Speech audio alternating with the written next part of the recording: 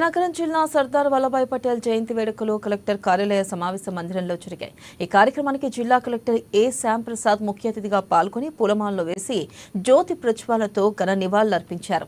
ఇక ఈ కార్యక్రమంలో జిల్లా రెవెన్యూ అధికారి జి కేశవనాయుడు, ఇతర అధికారులు, కలెక్టరేట్ వివిధ విభాగాల పర్యవేక్షకులు, సిబ్బంది పాల్గొని నివాళులర్పించారు.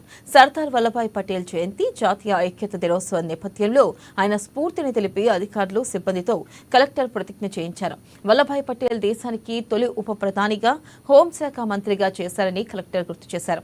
ఆయన జీవిత విశేషాలను అందరూ తెలుసుకోవాలని, ఆయన మాదిరిగా ధైర్య సాహసాలు ప్రదర్శించి ఆశయ సాధనకు కృషి చేయాలని కలెక్టర్ పిలుపునిచ్చారు.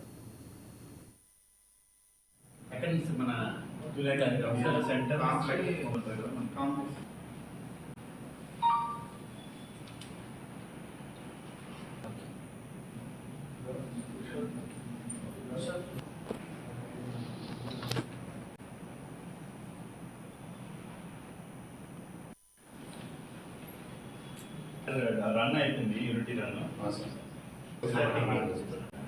వాళ్ళు కూడా